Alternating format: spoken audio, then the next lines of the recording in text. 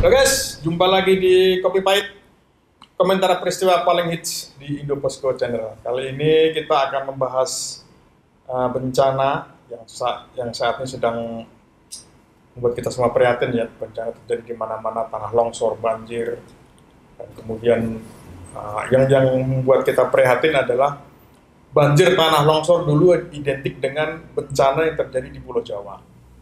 Nah sekarang bencana itu sudah bergeser ke luar Jawa, ke Kalimantan, Sumatera, bahkan Papua.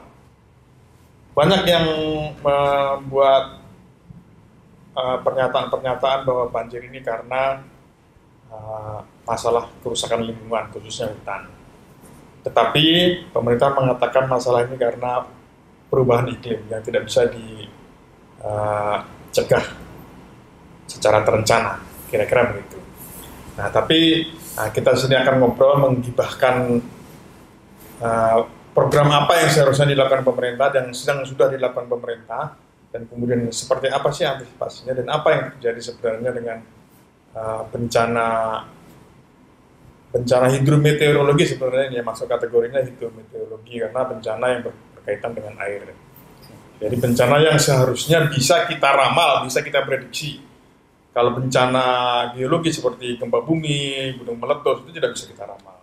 Bisa pun kita ramal, tapi mendekati. Oke, sekarang kita perkenalkan dulu. Kita bersama Bang Aro, pemimpin redaksi Indopos dan Indoposko Koran dan Indoposko website. Halo, Pior. Dan di sampingnya redaktur kita Bang Aldo. Ya, halo Pior. Terima kasih Bang Pol. Sama-sama. Yang paling baru adalah bencana di Sintang. Bang Aro mungkin ada update nggak tentang bencana yang di Sintang? Ya, update terbaru. Sintang Kalimantan Barat ya? Iya, betul. Kebetulan saya kuliah di sana juga. Maksudnya bukan di Sintang, di Pontianak.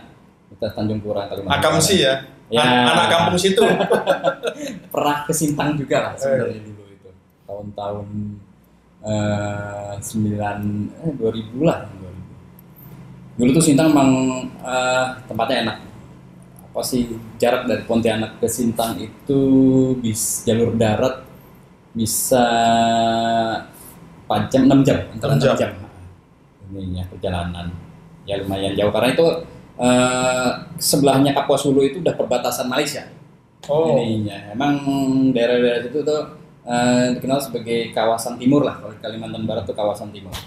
Sintang, Kapuas Hulu, Sanggau, Sintang, Kapuas Hulu gitu ininya. Nah, mengejutkan sekali emang Sintang itu ketika mendapat bencana besar ya, banjir. Yang ironisnya banjirnya nggak hanya sehari 2 hari, sampai 3 minggu. Sampai sehari ini pun masih tergenang ya ininya. Karena memang 12 kecamatan yang terendam dan 35.000. Tahun-tahun sebelumnya kan nggak separah ini. Tidak separah itu. Emang Kapuas Hulu, sebelahnya Sintang, sebelahnya itu emang ada Taman Nasional Bukit Bakal gitu. Apa Taman Nasional Bukit Bakal lah ininya. Emang kawasannya harusnya kawasan apa ya, hijau lah, karena emang nggak kabupaten dan di sebelahnya tuh kayak hutan gitu. Ibaratnya ada juga perkebunan sawit, ada juga hutan gitu loh ininya. Ya mungkin biasanya sih kalau banjir itu karena adanya apa ya, kerusakan hutan. Sudah pasti. Jadi yang harusnya pohon-pohon itu sebagai penopang supaya banjir tidak menghantam wilayah kabupaten, tapi karena hutannya sudah ditebang, dijadikan lahan perkebunan atau lahan apa, berubah fungsi lah, kasar seperti itu. Akhirnya terjadi bencana banjir. Yang ironisnya kok banjirnya sampai sekarang gitu loh.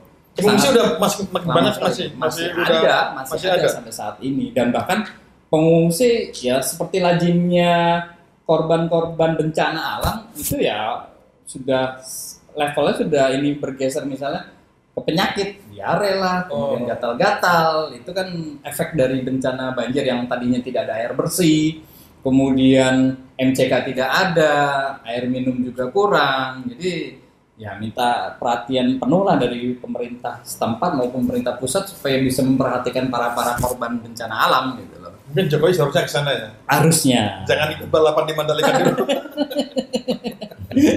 Meskipun Jokowi waktu itu pernah mengomentari, Presiden Jokowi mengomentari tentang bencana Sintang. Gitu. Emang harusnya ya seperti itu apa? Bang Aldo, mungkin Bang Aldo ada ini nggak informasi tentang penyebab kenapa banjirnya ada di Sintang, bukan di kota-kota lain? Ya pertama, ini kan Kabupaten Sintang di Kalimantan Barat ya. Tadi Bang Arlo emang orang Kalimantan Barat. Bukan. Pernah kuliah di sana. Pernah kuliah. Kita anggap pernah kesana juga lah. Semua kita kaget. Saya setuju sama Bang Pol bahwa ketika terjadi banjir yang kita tahu biasanya Pulau Jawa. Ya. Tapi ini Pulau Kalimantan, dalam hal ini provinsinya Kalbar dan di Kabupaten Sintang. Dan itu masih banyak hutan. Nah, sampai kita syuting hari ini nih, Bang Pol. Ini sebenarnya bukan lagi 3 pekan, ini sudah 4 pekan. Sudah masuk pekan keempat ya. 21 Oktober banjir pertama. 21 Oktober Presiden Jokowi waktu peresmian tol Serang Panimbang itu, Serpan 16 November itu ngomong sedikit soal penyebab. Simpelnya begini, kalau kata Presiden, ini karena daerah tangkapan hujan itu di hulu ini nggak habis. Udah dibabat. Ya, kalau istilahnya tuh deforestasi. Penggundulan hutan secara berlebihan yang memang tujuannya untuk alih fungsi. Setelah itu jadi perkebunan, pemukiman dan lain-lain. Sehingga yang di bawah ini hujannya ekstrim, meluaplah air dari sungai Kapuas dan Melawi itu ya. Air yang di hulu nggak bisa ditangkap ya. Nggak bisa ditangkap. Meluncur semua ke bawah. Meluncur. Kebetulan Sintang ada di bawah. Dia agak lekukan gitu ya. Agak lekukan sehingga dia ya kebanjiran lah gitu, dan itu menyebabkan sebulanan ini Kabupaten Sintang jadi perhatian nasional bahwa kok nggak surut-surut. Apalagi data terakhir 2 hari yang lalu sebelum syuting nih Bang Fuad, itu 124.000 loh yang terdampak. Yang terdampak ya.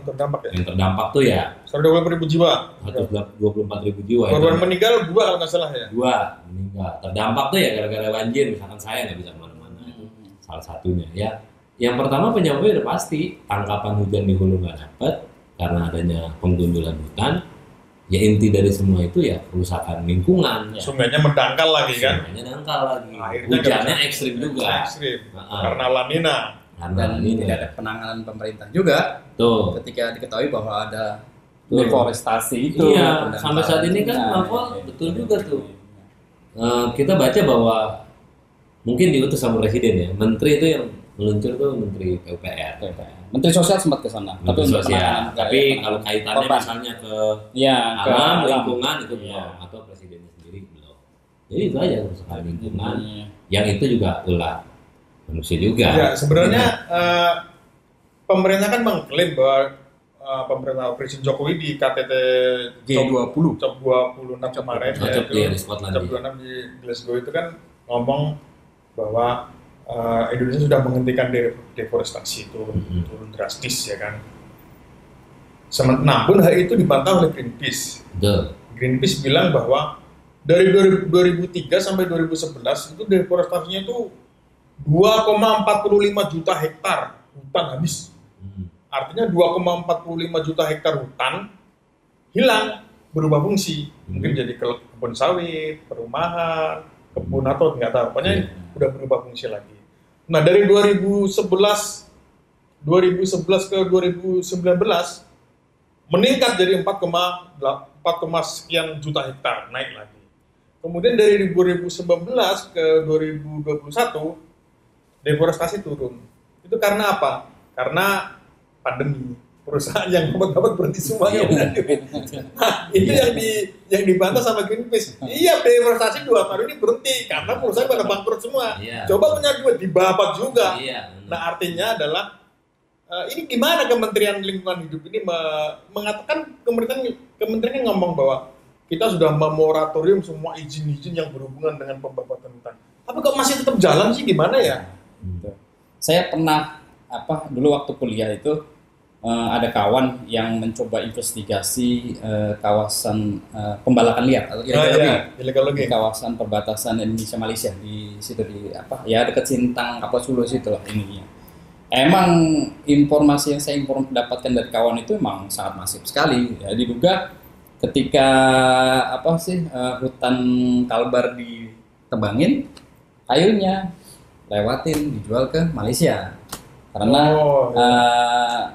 apa ya, disinyalir juga bos-bos illegal logging itu ya dari Malaysia, tapi pelaku-pelakunya yang di lapangan orang Indonesia.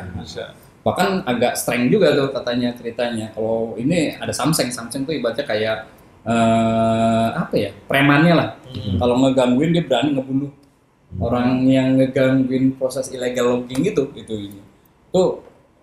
emang kejadian itunya. Karena emang dulu hutannya masih nggak tahu sekarang ya. Karena tapi menurut saya Bang Aro, illegal logging yang dilakukan oknum-oknum yang dilakukan diam-diam itu seberapa banyak sih, ya kan? Nggak banyak, masa sampai jutaan hektar, sampai ribuan hektar. Tapi pembabatan hutan yang resmi itu yang jadi masalah, ya nggak? Hutan sekian banyak dibuat semua jadi kebun sawit. Nah itu gimana Mas Aldo? Iya, jadi saya setuju bahwa yang ilegal itu nggak seberapa. Paling dikit lah ya, orang nyolong-nyolong kayu, ngumpet-ngumpet berapa sih yang bisa diambil kan? Tapi kalau nyolongnya bertahun-tahun ya tapi penggundulan hutan yang resmi itu sekali nyaplok tuh gede banget. Dan terlihat mata ya kan? Betul, dan impact-nya adalah hari ini, saat ini ketika banjir menggenangi Kabupaten Sintang, ya kan? Itu merupakan buah dari ya kelalaian yang tidak aturannya barangkali nih ya. Mengunjungi hutan katakanlah porsinya tuh harusnya sekian tapi dilebarin karena merasa ini udah resmi sehingga main sewenang-wenang aja. Kemudian controlling dari pemerintahan dalam ini Kementerian Lingkungan Hidup dan Kehutanan, KLHK itu minim. Mungkin kalau dibilang tidak ada mungkin enggak ya, minim lah ya, atau kalau mau dibilang nggak ada bisa jadi lah. Pasti gitu kan. Kecolongan mungkin. Kecolongan juga ya. Sederhananya. Kalau seperti itu berarti yang disalahkan pemerintah pusat karena mengeluarkan izin pasti mengeluarkan secara skala besar ya pasti atas izin. Nggak mungkin deh kalau yang kecil-kecil kayak misalnya illegal logging kan kecil. Nah kalau yang besar itu udah pasti izin. Paling ngumpetnya 1 truk 2 truk ya kan di bawah gitu kan. Besar sekali. Itu yang ya ada salah pemerintah juga lah. Tapi sebenarnya kita juga agak dilema juga sih ya. Karena kan kalau kita buka kebun sawit, katanya pertama secara ekonomi kita diuntungkan, kan? Kemudian menyerap tenaga kerja. Tapi prakteknya bener nggak sih itu? Apa bener orang-orang yang di perkebunan sawit itu pada makmur semua? Apa yang makmur cuma bosnya aja? Belum ada data yang pasti soal itu, Bang. Belum ada. Kamu kalau bosnya makmur iyalah. Kalau terus petani, masyarakat bawah dengan adanya seperti itu lalu sejahtera dan lain-lain, rasanya saya belum punya data. Karena begini loh, kebun sawit itu ya, kan kita pernah ke kebun sawit. Kita kalau ke kebun sawit merasa nggak auranya yang gitu, gersang. Walaupun dari atas lihat hijau itu ya gersang, tanahnya kering. Karena sawit itu menyerap air semua, dia habisin sama dia. Ketika ada hujan, air hilang langsung, nggak mungkin ditangkap sama dia. Tanaman paling besar untuk menyerap air sih dia. Sangat ini sekali. Cuman ya sampai saat ini dipertahankan juga karena emang ya ibarat dua sisi mata uang yang berbeda lah. Kasarnya seperti itu, di satu sisi secara ekonomi sangat menguntungkan, di sisi lain ya adanya deforestasi yang diduga deforestasi itu terus terjadi kan? Karena apa ya ya kita tidak bisa bilang bahwa itu salah, tapi itu menjadi evaluasi pemerintah juga ke depan bahwa kejadian ini salah satunya diduga akibat adanya perluasan perkebunan sawit itu. Ininya nggak mungkin juga kan kalau dia memperluas kemudian hanya sekian meter, yang pasti kan dia mainannya hektar. Kalau perluasan kebun, apalagi itu udah perusahaan skala besar, ini produksinya udah produksi besar juga. Kalau dia ingin memperluas hanya semeter 2 meter ya ngapain juga. Pasti puluhan ribu. Puluhan ribunya gitu. Dan mencari lahan-lahan baru untuk memperluas perkebunannya. Ketika sawit ini menjadi nilai ekonomi yang sangat menarik lah, kasarnya seperti itu. Oke, jadi masalah yang paling terlihat nyata adalah deforestasi ya. Sekarang kita bicara aliran sungai. ya di di Kapuas itu ya, di Kapuas dan beberapa terutama di Pulau Jawa. Kan masalah sungai yang tak diurus, yang dangkal, kemudian mulai menyempit itu kan juga menjadi penyebab banjir dan tanah longsor kan, terutama di Pulau Jawa. Sungainya udah mulai menyempit. Di Jakarta, kalau Jakarta mau kita nggak usah bicara ya, di Jawa Barat, di Jawa Tengah semua begitu. Menurut Bang Aro ini perlu nggak ya dibentuk badan khusus yang mengurusin sungai itu loh? Kalau sungai sebenarnya sih kalau soal gas daerah aliran sungai dari Kementerian Lingkungan Hidup sudah ada, kayak Ciliwung, gas Ciliwung itu ada. Tapi untuk penggalian ini yang menarik nih, penggalian pendangkalan sungai itu yang belum karena kan ada seperti ada rebutan gitu loh antara Pemda sama pusat. Kayak misalnya nih Sungai Kapuas itu lebar banget sampai melewati beberapa kota kan. Ketika dulu saya di Pontianak itu Sungai Kapuas lebar banget, kapan tongkang aja bisa masuk ininya.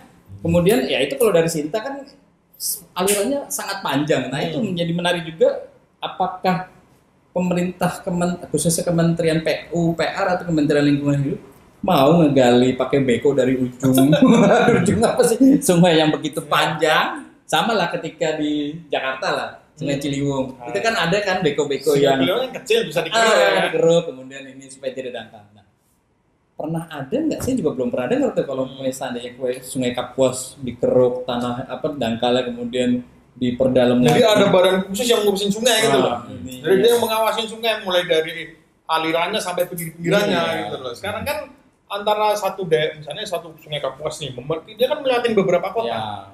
Masing-masing kota kan ngurusin wilayahnya sendiri-sendiri. Tapi yang mengurusin dari hulu sampai ke hilir nggak ada. Iya. Ya mungkin anggarannya juga sangat besar banget. Tapi sebenarnya kalau dari benefit pemerintah yang besar juga harusnya bisa. Karena itu kan implikasi dari kerusakan hutan, kemudian pendangkalan sungai, itu kan ya ini juga efeknya dari situ juga gitu loh ininya. Dari nilai ekonomi dan akhirnya akan terjadi kerusakan lingkungan. Intinya seperti itu. Ya, dari kalangan pengusaha atau perusahaan sawit pasti akan membantah, itu bukan kita yang melakukan gitu. Sudah pasti. Kemudian dan ini akan terjadi kontradiktif atau menjadi pro kontra antara ya perusahaan perkebunan dengan aktivis lingkungan ininya.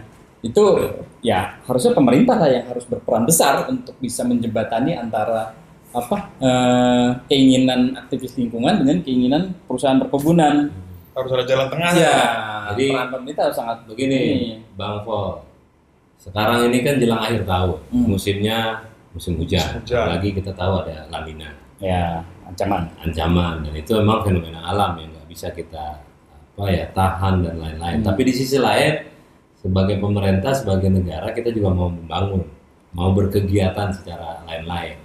Contoh, dalam waktu dekat ada ajang besar di Nusa Tenggara Barat, dalam hal ini World Superbike. Itu mantap itu untuk sebuah negara kan, internasional. Tapi di sisi lain kita punya permasalahan katakanlah domestik begitu ya, masalah alam di Sintang. Ini kan di satu sisi antara pembangunan dengan kita menjaga melestarikan sebuah alam itu harus diseimbangkan begitu. Agar nantinya kaitannya misalnya dengan sungai. Bagaimanapun yang namanya air itu kan nggak bisa kita bendung. Coba perlakukan air seperti sahabat lah, seperti teman, kasih dia jalan mengalir kan, sehingga nanti tembus. Jangan ini udah segini sempit, disempitin lagi, kemudian koordinasi antar kementerian maupun pemerintah daerah nggak ada. Lalu timbul pertanyaan, misalkan untuk rapi bagaimana? Perlu nggak sebuah badan dan lain-lain untuk membentuk itu? Saya rasa Indonesia terlalu banyak bikin badan, bikin lembaga dan itu ada gunanya juga menyerap tenaga kerja. Iya. Tapi kalau ke situ iya. Cuma kalau ketika dibentuk lalu efektif dia punya kewenangan lebih, itu mah bagus. Kalau enggak ya, yang ada ngabisin uang negara ya. Ngabisin anggaran. Terus lagi kita. Dan penting ditutup. Iya. Bagaimana caranya lah koordinasi seperti tadi yang Bang Aro, Bang Vol bilang nih pusat, ini pemerintah daerah, ayo koordinasi beresin nih sungai. Begitu kan supaya kejadian katakanlah Sintang ini tidak terulang atau bahkan bisa jadi ke pulau Meluas. lain, meluas. Meluas ke kabupaten lain. Kita kan nggak pernah menyangka Bang Pol tiba-tiba nih Pulau Kalimantan gitu. Iya. Padahal Papua juga. Nah, Papua. ini Papua juga karena di sana udah mulai banyak orang-orang yang melirik buka sawit di situ. Saya pernah dapat ada bupati apa gitu kan. Dia nawarin tanahnya untuk jadi kebun Di sawit. Papua. Iya, di Papua. Itu bukannya ancaman. Nah, Iya. menurut Bang Aro ini gimana sih caranya supaya kebun sawit itu yang ada sekarang udah segitu aja, jangan bertambah lagi gitu loh. Nah, itu menjadi Bisa nggak ya? pertanyaan menarik dan pertanyaan besar ya Pak Bowo. Besarnya tuh ya kita kan di sini ada Menteri Investasi. Nah, Iya kan? Yang tugasnya untuk menggandeng para investor bisa menanamkan modalnya. Kementerian Investasi ya. Ya. Tuh. Di sisi lain itu ada Kementerian Lingkungan Hidup, ada Kementerian PUPR. Masing-masing akan mencapai target dalam mereka ngotot dengan targetnya masing-masing ya. Kementerian Investasi, wah saya harus dapat target nih, dapat investor. Bodoh amat. Ketika Bukan dapat di bapak bodoh amat gitu. ketika dapat investor perkebunan, katakanlah perkebunan sawit, ya pasti, oh iya silakan. Bapak aja bodoh amat gitu ya. Nah, itu tinggal tugas Kementerian Lingkungan Hidup. Kementerian Hidup dia yang nahan. Gimana caranya? Jangan sampai terjadi kerusakan hutan gara-gara apa ya modernisasi ya, arti perkembangan apa sih sebuah negara yang intinya ingin mendapatkan pendapatan besar dari investasi gitu loh. Termasuk juga Kementerian PU, gimana caranya supaya bisa apa ya menselaraskan antara ekonomi dengan lingkungan gitu loh ininya. Itu yang paling penting kan? Betul. Jangan sampai yang satu sudah ngotot mencapai target, yang lain tidak mencapai target, ya akhirnya terjadi ketimpangan. Iya. Yang korbannya siapa? Ya masyarakat. Iya kan? kan? Kasihan masyarakat yang tadinya tidur-tidur tenang tiba-tiba ada bencana. Gara-gara Padahal hutan yang global. yang untung siapa? Segelintir doang itunya. Itu aja. Kita sepakat bahwa pemerintah ini harus turun ke Sintang. Ya. Ini udah satu Bahkan bulan. Pak Jokowi harus Kalau turun. perlu pemimpin Pak nasional. Jokowi. Kalau perlu Pak Jokowi. Pak Menteri Lingkungan Hidup Siti Ya. Nurbaya. Pak Jokowi kan di Mandalika kan nyoba motor. Iya. Kalau perlu dia naik motor sampai Kalimantan. Touring gitu. Jet ski di tengah-tengah banjir. Ya jangan motor lah, naik sampah lah. Ini. Artinya Superbike di Mandalika tetap itu jadi pertaruhan. Ya, harus. kebanggaan. Ya, harus. Tapi Pak Presiden di Kabupaten Sintang juga butuh. Oke. Anda.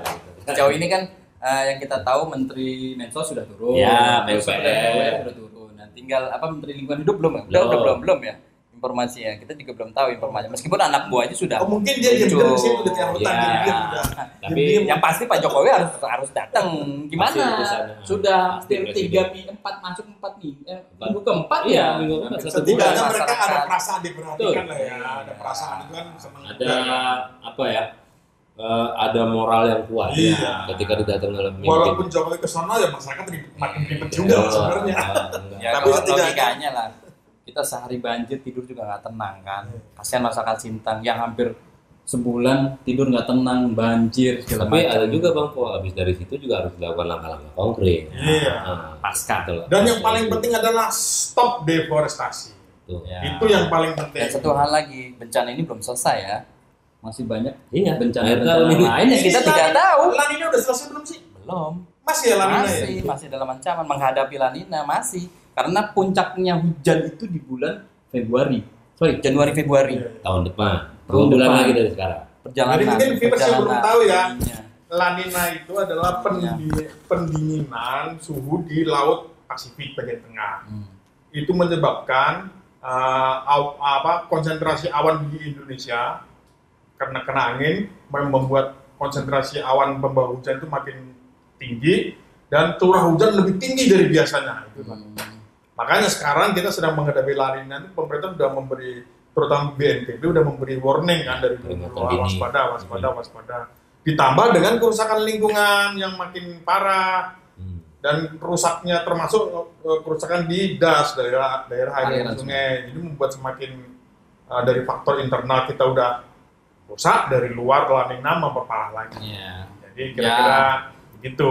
Kita berharap di Sintang bisa cepat selesai lah masalahnya, masalah bencana alam. Karena khawatir kalau Sintang belum selesai, takut muncul bencana-bencana lainnya. Akhirnya konsentrasi untuk penanganan bencana terpecah belah. Ya.